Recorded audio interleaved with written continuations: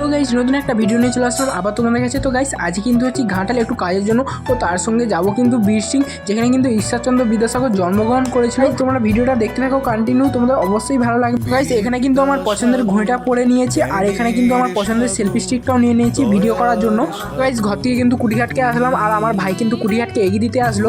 এখন কিন্তু দাঁড়িয়ে আছি আমার বন্ধুর জন্য কুটিঘাটে, তো সে আসুক তারপর তোমার সাথে আবার কথা হচ্ছে। গাইস কিছুক্ষণ ওয়েট করার পর চলে আসলো কিন্তু আমার বন্ধুর আর আমার ভাগ্য ভালো যে আমার তাড়াতাড়ি করে টোটো পেয়ে গেছে। তারপরে চলে আসলাম টোটোয় চেপে সিংডাঙ্গায়, যেখানে কিন্তু বিশাল বড় গেট করছে, ও গেটটাকেও কিন্তু সাজিয়েছে অসাধারণ। গাইস আবারও কিন্তু টোটোয় চেপে চলে গেলাম কিন্তু বীরসিংয়ে।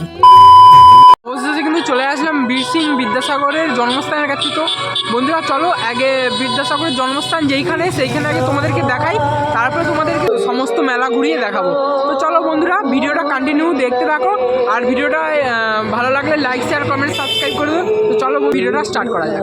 চলে আসলাম ঈশ্বরচন্দ্র বিদ্যাসাগরের ঘরের গেটের কাছে। তো বিদ্যাসাগরকে কি আদৌ দেখতে পাবো? তো তোমরা কন্টিনিউ ভিডিওটা দেখতে থাকো। যে ঢোকার আগে কিন্তু তোমাদেরকে জুতো খুলে ঢুকতে হবে। তো আমরা এখানে জুতো খুলে চলে গেলাম কিন্তু কুয়োর কাছে। কুয়োটা কিন্তু অনেক বড়, আর কুয়োর মধ্যে কিন্তু এখনো পর্যন্ত জল রয়েছে। আর বন্ধুরা এখানে কিন্তু বই রয়েছে, ঠিক আছে, বিশাল বড় বড় বই রয়েছে, যেইটা কিন্তু দেখেছিলাম আমি হচ্ছে বই মেলাতে। তো গাইস তোমরা নিজেরাই দেখতে থাকো এখানে কি কি আছে, ঠিক আছে।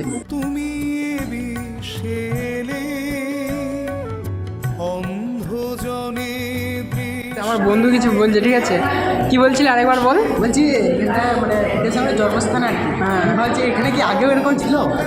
না, আগে এরকম ছিল না। আগে হচ্ছে এগুলো সব মাটির ঘর ছিল, ঠিক আছে। এখন হচ্ছে এগুলো সব পাকা ঘরে গেছে, কিন্তু আগে সব মাটির ঘর ছিল। তো চলো তোমাদেরকে একে একে সব কিছুই দেখাবো, কিন্তু তোমাদেরকে লাস্ট পর্যন্ত ভিডিওটা দেখতে হবে।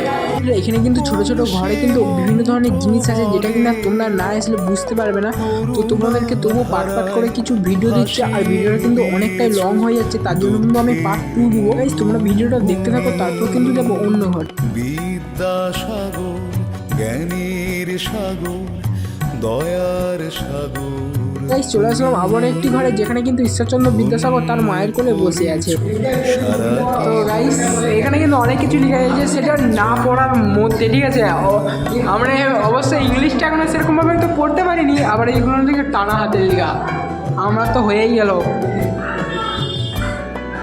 তো গাইস এখানে কিন্তু কিছু কিছু ছবি আছে, ঠিক আছে। সত্যি গাইস এইটা তো দেখায়নি। তো গাইস এইটা গরু না মানুষ আমিও এটা বুঝতে পারছি, ঠিক আছে। আমার বন্ধু এটা দেখালো, তো ওটা গরু না মানুষ তোমরা অবশ্যই ঠিক কমেন্ট করে দিও, ঠিক আছে। এখানে কিন্তু অনেক ঘর রয়েছে, আর অনেক ঘরে কিন্তু অনেক কিছু রয়েছে, আর প্রচুর পরিমাণে কিন্তু ভিড়ও রয়েছে। তাই জন্য আমরা সব ঘরে কিন্তু ঢুকতে পারিনি। তো তোমরা যদি আসতে চাও চলে আসতে পারো বিদ্যাসাগর মেলা, ঠিক আছে। আর কতদিন মেলাটা থাকবে অবশ্যই কিন্তু তোমাদেরকে আমি বলে দেবো। তো চলো এরপরে যাব কিন্তু আমরা এখন মেলাকে, ঠিক আছে। এখানে কিন্তু একটা বসার মতন জায়গা আছে, ঠিক আছে, তোমরা অবশ্য বসতে পারো, ঠিক আছে। যারা ক্লান্ত হয়ে যাবে অনেকটাই, তোমরা এখানে বসতে পারো। আর এখানে কিন্তু বিভিন্ন ধরনের ছবি আছে, আর এখানে সব ভাইয়েরা খেলা করছে, ঠিক আছে।